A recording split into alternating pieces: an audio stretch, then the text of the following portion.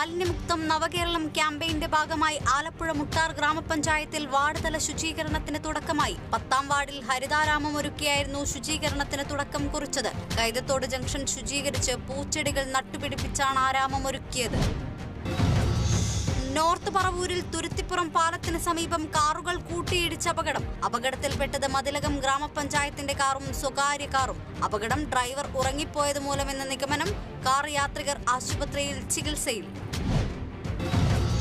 കേരള കർഷക സംഘത്തിന്റെ പാർലമെന്റ് മാർച്ചിന് മുന്നോടിയായുള്ള തൃശൂർ ജില്ലാ കമ്മിറ്റിയുടെ ജില്ലാ ജാഥയ്ക്ക് പട്ടിക്കാട് സെന്ററിൽ സ്വീകരണം. വന്യജീവി ആക്രമണത്തിൽ നിന്നും കർഷക ജനതയെ രക്ഷിക്കണമെന്നാവശ്യപ്പെട്ടുകൊണ്ട് September 25-ന് parliament March.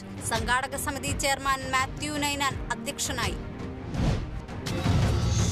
Vaikom Muhammad ബഷീറിന്റെ ബാല്യകാല സഖിയുടെ 60ാം വാർഷികത്തോടനുബന്ധിച്ച് തൃശൂർ പൂലാനി നവമാറ്റൊലി കുട്ടി ലൈബ്രറിയുടെ നേതൃത്വത്തിൽ കുരുന്നു വായനാ പദ്ധതി ഉദ്ഘാടനം ചെയ്തു. ചിത്രകലാ അധ്യാപകൻ CP സദാനന്ദൻ ഉദ്ഘാടനം നിർവഹിച്ചു. വയനാട് ദുരന്തത്തിൽ മരിച്ചവർക്ക് സ്മരണാഞ്ജലി അർപ്പിച്ച് ചെരാതുകൾ തെളിയിച്ചു. MDMAയും കഞ്ചാവുമായി തലശ്ശേരിയിൽ 3 പേർ അറസ്റ്റിലായത് പെരളശ്ശേരി സ്വദേശി മിഥുൻ, ധർമ്മടം സ്വദേശി ഷിനാസ് KK, തലശ്ശേരി സ്വദേശി വിഷ്ണു എന്നിവർ. പിടിച്ചെടുത്തത് 12.5 ഗ്രാം MDMAയും 17 ഗ്രാം കഞ്ചാവും.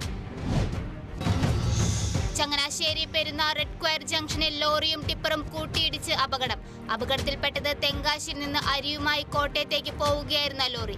എതിരെ വന്ന വാഹനത്തിൽ ഇടിക്കാതിരിക്കാൻ വെട്ടിച്ചപ്പോൾ നിർത്തിയിട്ടിരുന്ന ടോറസിൽ ഇടിക്കുകയായിരുന്നു. അപകടത്തിൽ ആർക്കും പരിക്കില്ല. ദേശീയപാത 66-ൽ തൃപ്രയാർ സെന്ററിന് സമീപം വാഹനാപകടത്തിൽ യുവാക്കൾക്ക് ദാരുണാന്ത്യം.